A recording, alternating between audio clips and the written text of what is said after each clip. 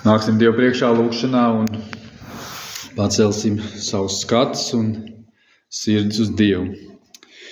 Godības un varenības pilnais Tēvs debesīs, mēs pateicamies par žēlastību jau no dzirdētā, ko esam dzirdējuši no Mateja evaņģēlija 13. nodaļas par sirds augstnēm, kādas tās mēdz būt. Un, kungs, tu esi devis žēlastību, kungs, un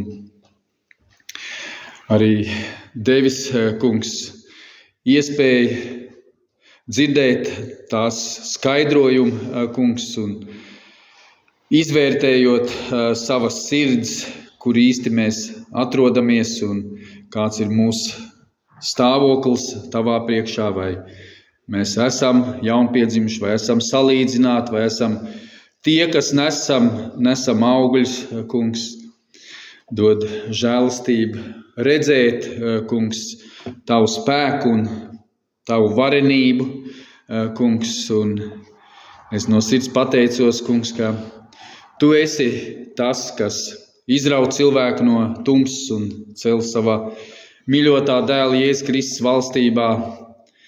Es pateicos, kungs, par glābšanas prieku, ko tu dod saviem ļaudīm, kungs. Es pateicos par to dzīvību, ko tu dod caur savu taisnību, kungs. Bagātina, kungs, katru vienu mūsu dvēseli, ka mēs redzam tevi kā lielu un varenu Dievu, ka mēs apzināmies tavu valdīšanu un savu atkarību no tevis, kungs. Bagātini mūs savā patiesībā, kungs, jo tavu vārdu ir patiesība, un mēs ticam tavu, ka tavs vārds ir tevis paša izdvests, kungs, un dots mums, lai mēs no tā bagātinātu savus dzīves, kungs, un patiesi arī ticība nāk no dzirdētā, un dzirdētais nāk no tavu vārdu. Svētī mūs savā žēlastībā, Jēzus vārdā. Amen. Atveriet Lūkas evaņģēliju, un mēs nolasīsim no 12. nodaļas, no 22. panta. Lūkas evaņģēlijs, 12. nodaļa, no 22. panta. Un viņš, Jēzus, sacīja saviem mācekļiem: tāpēc es jums saku, nezūdieties savas dzīvības pēc, ko ēdīsiet, ne arī savas miesas pēc, ko ģērbsieties. Jo dzīvība labāka nekā barība un miesa labāka nekā apģērbs. Ņemiet vērā kraukļus, kas nec sēj, nec pļauj, kam nav ne šķūņu, ne klēts, bet Dievs viņus uztur. Cik daudz vairāk jūs esat vērti nekā putni? Kurš jūsu starpā ar savu zūdīšanos var savam mūžam pielikt kaut vienu olekti? Ja nu jūs pat vismazākās lietas nespējat, ko jūs zūdaties par pārēju lietu pēc? Ņemiet vērā lilijas, kas ne vērpi, ne auž, bet es jums saku, pat Salamans visā savā greznumā nav bijis tā apģērbts kā viena no tām. Bet ja jau zāle laukā, kas šodien aug, bet rīt tiek krāsnī mest, tad Dievs tik skaisti apģērb, cik vairāk jūs masticīgie. Tāpēc neraizējieties arī jūs par to, ko ēdīsiet un ko dzersiet, un neuztraucieties.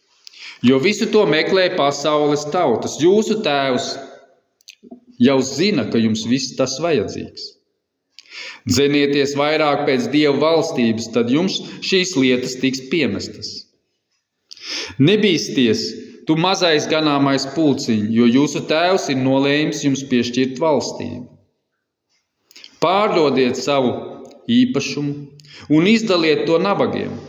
Gādājiet sev naudas makus, kas nepaliek veci, neizsīkstošu mantu debesīs, kur zaglis nevar piekļūt un kur kodis nevar maitāt. Jo kur ir jūsu manta, tur būs arī jūsu sirds. Amen. Pagājušajā reizē mēs no šī notikuma, ko Jēzus stāsta par bagāto vīru un viņa likteni, viņa dzīves galu, sacīdams, ka tā ietik vienam, kas nav bagāts Dievam, un mēs domājam par to, kā bagātināt savu dzīvi Dievā. Tāds ir mūsu aicinājums, tāds ir kristiešu aicinājums, bagātināt sevi Dievā. Un Jēzus mums māca nerūpēties un nezūdīties un vērot, skatīties apkārt uz putniem gaisā un uz lauku lilijām. Un šeit uz zemes mums katru dienu mums tiek piedāvāt kāda izvēle. Katru dienu. Vai mēs apmierināsim savas fiziskās vajadzības, vai mēs bagātināsim savu dvēseli Dievā. Es nerunāju par pasaulīgiem cilvēkiem. Es zinu, ka pasaulīgie cilvēki visu laiku meklē, lai apmierinātu savas fiziskās vajadzības. Es runāju par kristiešiem. Šī izvēle arī mums, kristiešiem, ir katru dienu. Vai mēs meklēsim Dievu valstību, vai mēs dzīsimies pēc šīs pasaules vērtībām. Vai apmierināsim savas fiziskās vajadzības, vai kļūsim bagātīgi Dievam. Un mēs redzam, ka skatoties uz šī bagātnieka dzīvi, nāves brīdī, viss tas, ko viņš krāja, nevarēja viņam palīdzēt. Nekas. Absolūti. Viss tas, ko viņš bija savā dzīvē uzkrājis, nekas viņam nespēja palīdzēt. Un šīs bailes satraukties par dzīves vajadzībām ir mūsos visos. Mūsos visos. Kā būs? Kā būs rītdien? Jo cilvēks ir drošs tad, kad viņš ir kaut ko savā dzīvē uzkrājis. Kad viņš ir pietiekoši nopelnījis. Tad cilvēks jūtās drošs. Sakrāt, viņš redz to kā tādu drošu kapitālu savā dzīvē. Bet kā Dievs nosauc šo bagāto vīru? Viņš nosauc viņu par bezprātu. Bezprāts.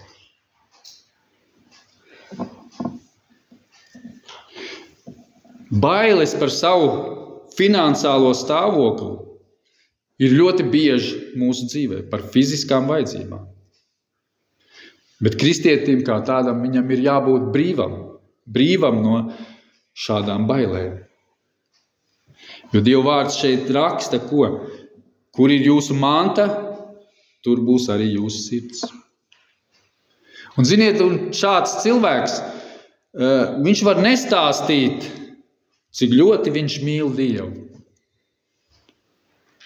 Ja viņa sirds ir pievērsta vairāk zemes lietām nekā debes vērtībām. Ko vēl no visa tā, ko mēs šeit lasām, ko mēs varam no visa tā mācīties? Viena lieta, ko mēs varam uzsvērt, ko mēs šeit skaidri redzam, ir tā: apzinieties patiesās dzīves nozīmi. Apzinieties, kāda ir patiesā dzīves nozīme. Patiesā dzīves nozīme nav ēst, kā šeit rakstīts, ēst, dzert un priecāties. Tā nav patiesā dzīves nozīme. Cilvēki gan ieliek visā tajā dzīves jēgu, arī tādi mēs bijām, kad mēs bijām neticīgi. Tajā mēs ieliekam visu dzīves jēgu. Kristieša dzīve ir kāda? Kā Jēzus sacīja, ja kas grib man nākt pakaļ, lai aizliedz sevi. Kristieša dzīve ir sevis aizliekšana. Kristieša dzīve ir ikdienas nomiršana sev. Protams, mēs varam par to skaļi runāt, bet dzīvē bieži vien parādās pavisam kaut kas cits. Jo mēs redzam, šeit bagātnieka dzīve bija atpūsties, ēst, dzert un līksmoties. Kristieša dzīve nav tā. Kristietis nedzīvo priekš šīm vajadzībām. Kristietis zina, ka viņa labākā dzīve ir ar Kristu, ka viņa pilsonība ir debesīs. Kristietis to zina. Un šeit, kad mēs lasām to pa priekšu dzenieties pēc Dieva valstības un viņa taisnības, tur nav rakstīts, cilvēki dzīvo tā, it kā tur būtu uzrakstīts otrādi. Pa priekšu dzenieties pēc dzīves vajadzībām, un tad tās pārējās garīgās lietas, kas ir vajadzīgas, gan jau Dievs tās piliks. Tā tur nav rakstīts. Rakstīts ir dzenieties pēc Dieva valstības un viņa taisnības. Tad Dievs jums to pieliks. Un jo vairāk jūs pēc tā dzīsieties, jo Dievs apmierinās jūsu vajadzības, un jums nav Dievs jāinformē pat par to. Jo šeit kā ir rakstīts, ka viņš zina. Viņš zina jūsu vajadzības. Viņš zina, ka jums vajag paēst, padzert, viņš zina, ka jums vajag apģērbties. Tad pirmkārt apzināties patiesu dzīves jēgu, jo kā mēs šeit izlasām, viņš sacīja saviem mācekļiem, tāpēc es jums saku, nezūdieties savas dzīvības pēc, ko ēdīsiet, ne arī savas miesas pēc, ko ģērbsieties, jo dzīve ir labāk nekā barība, un miesa labāk nekā apģērbs. Ņemiet vērā kraukļus, kas nec sēj, nec pļauj, kam nav ne šķūņa, ne klēts, bet Dievs viņus uztur, cik daudz vairāk jūs esiet vērti nekā putni. Otra lieta, ko mums ir jāņem vērā, ir apzināties, ka Dievs par jums rūpējās. Pirmkārt, apzināties patiesu dzīves jēgu, otrkārt, apzinieties to, ka Dievs par jums rūpējies. Ņemiet vērā, Dievs saka, paskatieties. Paskatieties uz kraukļiem. Man patīk, kā kāds no mācītājiem sacīja. Kraukļi dzīves grūtībās neskrien pie psihologa. Nelido pie psihologa. Kraukļi dzīves grūtībās neskatās, kas ir viņa kontos. Viņiem nav konta, bankas konta, kā tas ir mums. Viņi vienkārši sildās savā ligzdā, un Dievs par viņiem gādā, un Dievs viņus uztur, kā šeit rakstīts. Un kā tur ir tālāk rakstīts? Kā tur tālāk rakstīts? Vai tad jūs neesat vairāk vērti nekā šie kraukļi, nekā šie putni? Tad kāpēc mēs satraucamies? Kāpēc mums ir bailes? Protams, mēs varam tā ļoti skaļi runāt, tad, kad man ir pietiekoši līdzekļi. Tad mēs ļoti skaļi varam runāt un arī sludināt iespējams šādu tekstu, tāpēc, ka mums ir. Bet, kad dzīve piespiež, ka tev nav.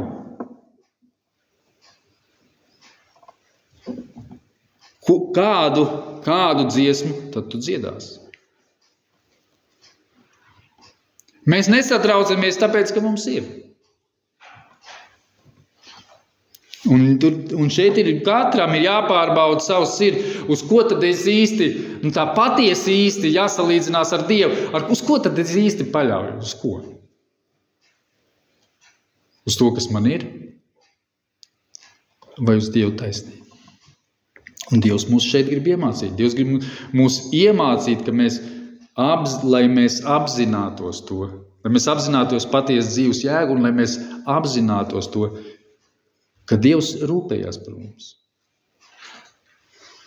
Trešā lieta vēl, kas mums ir jāapzinās tas, kad ir satraukties, ir bezjēdzīgi. Satraukties ir bezjēdzīgi. Jo kā šeit rakstīt, jo jūs neko nevarat savai dzīvei pielikt? Kurš jūsu starpā ar visu savu zūdīšanos var savam mūžam pielikt kaut vienu oliektu? Dievs māca tālāk. Viņš saka, ja jūsu satraukšanās par rītdienu, par savām materiālām vajadzībām, šīs bailes ir bezjēdzīgas, jo jūs savai dzīvē neko nespējat pielikt. Nevienu oliektu. Cilvēki taisa dažādus eksperimentus, lai pagarinātu savu dzīvi, lai uzlabotu savus fiziskās dzīves kvalitāti. Tur diētas, daudz sporto. Es nesaku, ka sports būtu kaut kur slikts, bet ja cilvēki vienīgi tam mērķim, lai uzturētu sevi jaunāku, lai uzturētu sevi ar kādu diētu. Es nesaku, ka veselīgi dzīvot tas būtu slikti, bet cilvēki tam piedod. Pats daudzos cilvēkus ir pat slimīga šāda tiekšanās. Ēst veselīgi un veidot savu dzīvi tikai ap savu fiziskām vajadzībām. Un vēl, ko mēs šeit redzam, ir tas, ka mācieties uzticēties Dievam. Mācieties uzticēties Dievam. No 27. panta līdz 28. ņemiet vērā lilijas, kas ne vērp, ne auž. Bet es jums saku, pats Salamans visā savas dzīves greznumā nav bijis tā apģērbs kā viena no tām. Bet ja jau zāle laukā, kas šodien aug, bet rīt tiek krāsnī mesta, Dievs tik skaisti apģērb, cik daudz vairāk jūs mazticīgie. Tāpēc neraizēties. Arī jūs par to, ko ēdīsiet un ko dzersiet, un neuztraucieties, jo visu to meklē pasaules tautas. Jūsu tēvs jau zina, ka jums viss tas ir vajadzīgs. Viņš zina. Viņš nav jāinformē par to. Bet zenieties vairāk pēc Dieva valstības. Tad jums visas šīs lietas taps piemestas. Un tad ir 32. pāns, ko es gribu nolasīt, lai jūs apzināties šādu cilvēku, kas uzticās Dievam, kas patiesi uzticās Dievam. Viņi būs ļoti maz. Ļoti maz. Un ka ja jūs godīgi paskatīsieties sev apkārt, jums būs grūti atrast tādu kristieti. Ļoti grūti būs atrast tādu kristieti, kas visās šajās lietās tīri paļaujas tikai uz Dievu. Viņš saka, nebīstieties tu mazais ganāmais pulciņš. Ja es skaidri norādu tādu cilvēku, kas materiālās lietās pilnīgi sev uztic Dievam, būs ļoti maz. Ļoti maz.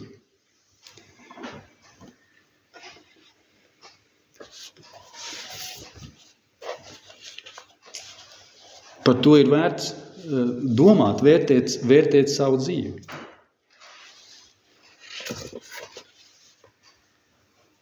Un šīs pavēles, ko mēs šeit mēs pagājušā reizē skatījāmies, kad šeit visas daudzas lietas, ko Jēzus pasaka, tās tiek pateikts pavēles formā. Pirmkārt, nerūpieties, nezūdieties. Tā ir pavēles forma. Paskatieties, vērojiet, tā ir pavēles forma. Vēl ko Jēzus šeit pasaka, nemeklējiet. Ir lietas, kas jums nav jāmeklē. 29. un 30. pāntā. Tāpēc neraizieties arī jūs par to, ko ēdīsiet un ko dzersiet, un neuztraucieties, jo pēc visu to pagāni zenās. Jēzus norāda uz to, ka ir lietas, kas jums nav jāmeklē. Tas ir, Jēzus norāda, ka tas ir pagānisks dzīvesveids. Šādu dzīvi raksturoja mūs visus līdz jaunpiedzimšanai. kad mēs dzīvojam tikai rūpējoties par savām miesiskām vajadzībām. Un, ja es skaidri norādu, to visu meklē pagāni. To visu meklē pasaules tautas. Skrien, lai apmierinātu savas vajadzības. Un, ja es saku, jūs tēvs zina šīs jūsu vajadzības. 30. pantā, jo visu to meklē pasaules tautas, jūsu tēvs jau zina, ka jums viss tas ir vajadzīgs. Viņš zina un viņš ir apsolījis par jums parūpēties. Man patīk 37. psalms, Dāvida dziesma. Un šo pantu es bieži esmu citējis gan pats sev, gan arī citiem, kur viņš saka, es biju jauns un kļuvu vecs.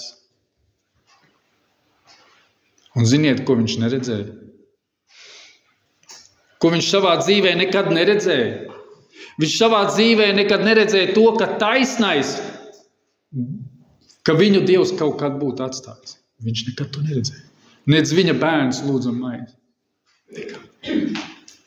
Jautājums ir tas, vai mēs ticam patiešām, vai mēs ticam tiem vārdiem un vai mēs ļaujam, lai savienoties ar ticībā ar šiem vārdiem, ko Dievs uz mums runā šodien caur šīm rakstvietām. Tad padomājiet, cik bagātīgāka būtu mūsu garīgā dzīve un cik veselīgāka būtu mūsu garīgā dzīve, ja mēs vairāk dzīvotos pēc viņa valstības un viņa taisnības. Cik tā būtu bagātāka? Ja daudzas šīs pasaulīgās rūpes mēs noliktu malā, nedzītos pēc tā. Un tad Jēzus 31. pāntā ir vēl viena pavēle – meklējiet. Ja viņš saka, nemeklē, ir lietas, kas jums nav jāmeklē. Bet ir lietas, kas jums ir jāmeklē. Dzenieties vairāk pēc Dieva valstības, tad jums visas šīs lietas tiks piemestas. Ir lietas, pēc kā ir jācenās. Jo vairāk dzenos, jo vairāk Dievs man pieliek. Jo vairāk Dievs man piemet. Visu nepieciešamo manai dzīvei, un kā mēs lasām Pētera vēstulē, jums taču ir dots viss, kas vajadzīgs. Kam? Dzīvei. Dzīvei, fiziskai dzīvei. Un arī dievbijībai. Dievs par visu ir parūpējis. Pasaulīgam cilvēkam viss ir šeit. Šeit, savas dzīves apmierināšanai. Bet mēs esam aicināti dzīvot Dieva valstībai. Šeit nav mūsu valstība. Šeit mēs pavadam, kā Bībele saka, kā svešnieki. Jo mūsu piederība ir debesīs. Tad vēl viena pavēle, ko Jēzus šeit saka 32. pantā, ir nebīsties. Nebīsties. Nesatrauc. Tas ir tas, kas mums ir raksturīgs, bet Jēzus saka, nebīstieties. Un tikai nedaudz, kā jau es minēju, tikai nedaudz ir tie, kas ir gatavi atsacīties no dzīves vērtībām. Nedaudz. Tikai nedaudz ir tāds.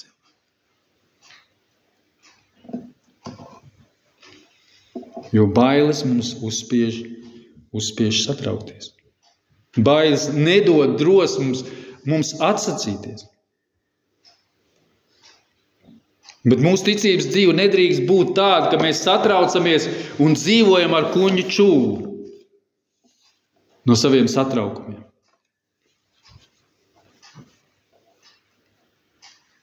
Es zinu, kā tas iet manā dzīvē. Es ļoti bieži satraucos par šīm laicīgām lietām. Par ko es saprotu, tas ir bezjēdzīgi. Kāpēc tu neusticies Dievam? Kāpēc tu vairāk nedzinies pēc viņa tā valstības un viņa taisnības? Kāpēc tu neusticies? Šeit vēl ir pat Jēzus iet pat tālāk. 6. pavēle, ko Jēzus šeit saka, ir pārdodiet, dodiet un gādājiet. 33. pantā. Pārdodiet savus īpašumus Izdaliet to nabagiem, gādājiet sev naudas makus, kas nepaliek veci, neizsīkstošu mantu debesīs, kur zaglis nevar piekļūt un kur kodas nevar samaitāt.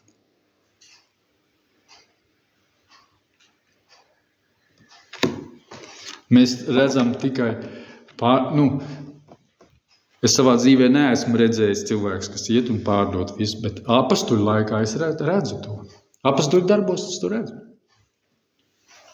Kad mācekļi gāja un pārdeva. Kāpēc? Tāpēc, ka viņiem Dieva valstība bija dārgāka par visu. Dārgāka par visu. Un tad, kad Ananija un Safīra atnāca un viņus miruši bija jāiznes ārā no apastuļu klātbūtnes, ko tas mums parāda? Dievs jau nesita viņus tāpēc, ka viņiem bija daudz manta. Bet Dievs sita viņus tāpēc, ka viņi meloja. Vai tavs nevarēja palikt arī tavs? Tavs varēja palikt arī tavs, bet kāpēc tu melo? Kāpēc tu gribi sevi parādīt, cik tu esi ļoti nodevies, bet patiesībā tavu dzirni tu, tad nav. Bet parādīt tu to gribi no sevis.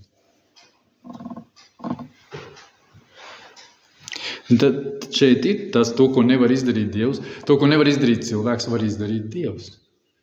Dievs var izmainīt jūsu sirdis tā, ka jūs daudz vairāk upurēsieties. Klausījos kādu no Makartūra svētrunām, kur viņi bija kādā izbraucienā tūrē uz Aļasku, un kāds no viņa draudzes pensionāriem pienāca pie viņa un sacīja, visu to, ko es esmu savā dzīvē uzkrājis. Pēc visa tā, ko es savā dzīvē esmu dzinies, es gribu atdot draudzē. Es gribu atdot draudzē. Makartūrs saka, bet tev tas nav jādara. Bet viņš sacīja, es to gribu. Es vienkārši to gribu. Redziet, tas ir ticības, cilvēku ticības jautājums. Jums tas nav jādara. Mēs jums uz to neaicinām. Bet Bībele uz to aicina.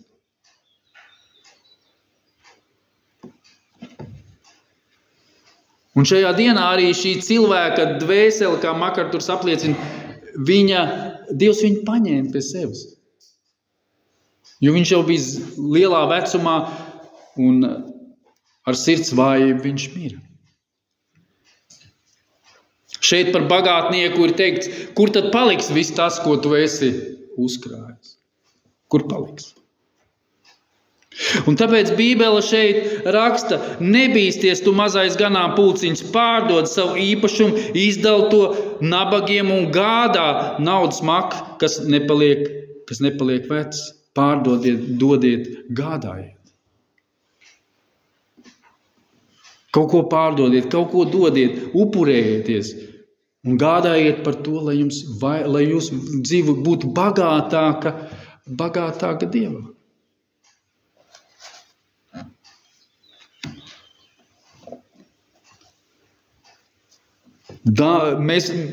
Mums liekas, ka kristietība viņa griežās tikai ap mums vienu.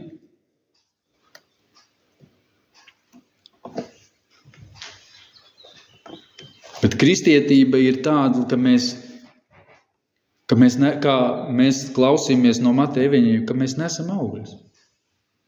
Mēs zinām, ka mēs neviens nenesīsim simtkārtīgus augļus, bet kaut kādam auglim tam mūsu dzīvē ir jābūt. Kaut kādai upurēšanās, nodošanās, sevis aizliekšana mūsu dzīvē taču ir jābūt, vai ne tā?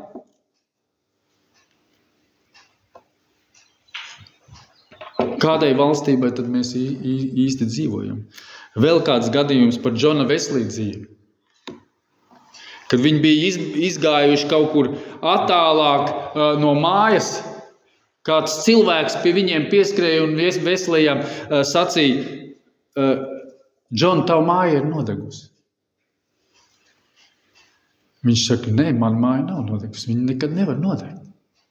Amen. Jo man māja ir debesis. Mans mājas ir debesis.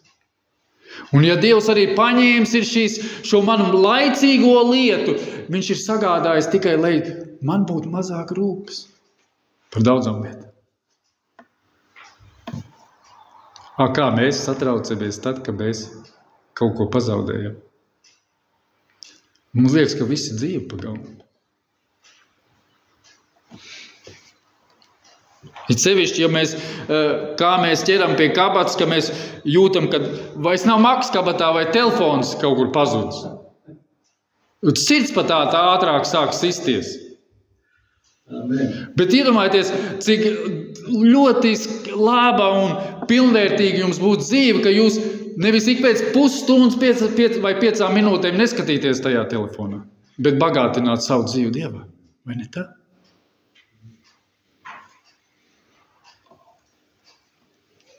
Un ko tas viss liecina? Tas liecina, cik mēs esam vāji. Cik mēs esam vāji. Bet ja godīgi, ja mēs lasām šo pāntu, ja šodien Dievs atprasīs tavu dvēseli, kas būs ar tavu dzīvi? Kas būs ar tavu dzīvi? Jēzus kā mācīja savus mācekļus, kas mīl mani un pilda manas baušļus. Ziniet tālāk šo pāntu. Kas mīl mani un pilda manas baušļus, to mans tēvs mīlēs. Par to mans tēvs rūpēsies. Par to mans tēvs gādās. Par to mans tēvs būs vienmēr nomodā. Viņš ir nomodā par visiem cilvēkiem. Bet viņš nekad taisno neatstās. Nekad. Viņš nekad neatstās to, kas dzenās pēc Dieva valstības viņa taisnības. Nekad viņš viņu neatstās. Un mums ir jāmācās uzticēties kaut vai caur šādām rakstvietām mums ir jāmācās Dievam uzticēties.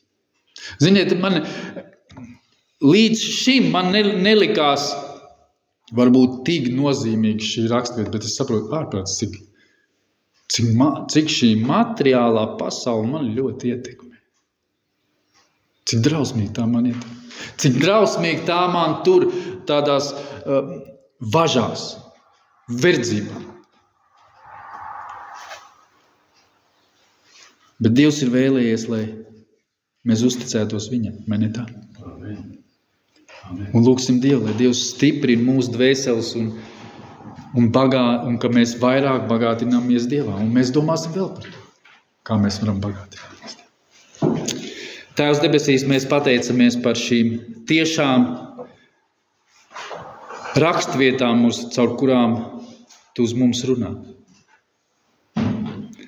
Ka Tu runā uz mums par to, lai mēs dzenamies pēc Tavas valstības un Tavas taisnības. Ka Tu esi apsolījis savu valstību vairāk nekā vajadzīgs mūsu dzīvēm. Ka Tu mums esi dāvājis dzīvu ticību un ka mēs varam satvērt Tavu patiesību un izdzīvot Tavu evaņģēliju, Kungs. Tiešām Tava žēlastība ir pret mums bijusi ārkārtīgi liela. Jo mēs redzam visapkārt, ka Tavs vārds piepildās, Kungs, jo Tu liec saulē uzliekt par labiem un ļauniem. Par taisniem un netaisniem liec līt lietumu. Tu rūpējies par putniem gaisā, Tu rūpējies par meža zvēriem, Tu rūpējies par zivīm okeānos un jūrās un upēs. Kungs, Tu rūpējies absolūti par visu savu radību, Kungs. Tu rūpējies par lauku lilijām, par puķiem, cik tās skaisti zied. Un Tu tās esi apģērbs lielā krāšņumā, Kungs. Un Tu runā uz mums, cik gan vairāk Tu rūpējies par tiem, ko Tu esi radījis pēc savas līdzības. Dod žēlastību, Kungs, ka mēs vairāk Tev varam pieķerties, Kungs. Ka mēs apzināmies, ka ir bezjēdzīgi mīlēt šo pasauli un to, kas ir pasaulē, kungs, pareizi saprotot šos vārdus. Apzinoties to, ka mūsu bagātība ir tevī, kungs, Jēzu. Un tu esi mūsu dzīves bagātība. Tikai tu spēj dot patiesu dzīves nozīmi. Tikai tu spēj, kungs, piedot mūsu grēkus un pārkāpumus. Tikai tu esi paņēmis mūsu vainu, kungs, un nomiris par mūsu vainu pie Golgātas krusta. Un tu esi arī dāvājis šo savu taisnību, savu taisno nodzīvoto dzīvi, atnesot no debesīm, kungs. Dod žēlastību paļauties uz tevi, kungs. Uzticēties tev. Uzticēties tev katrā savā dzīves situācijā. Un paldies par katriem pārbaudījumiem, ko tu dod mūsu dzīvē, lai vilktu mūsu sev tuvāk, kungs, lai mācītu mūs vairāk tevi iepazīt, kungs. Māc mūs paļauties uz tevi, kungs, Jēzu. To es lūdzos tavā vārdā. Amen.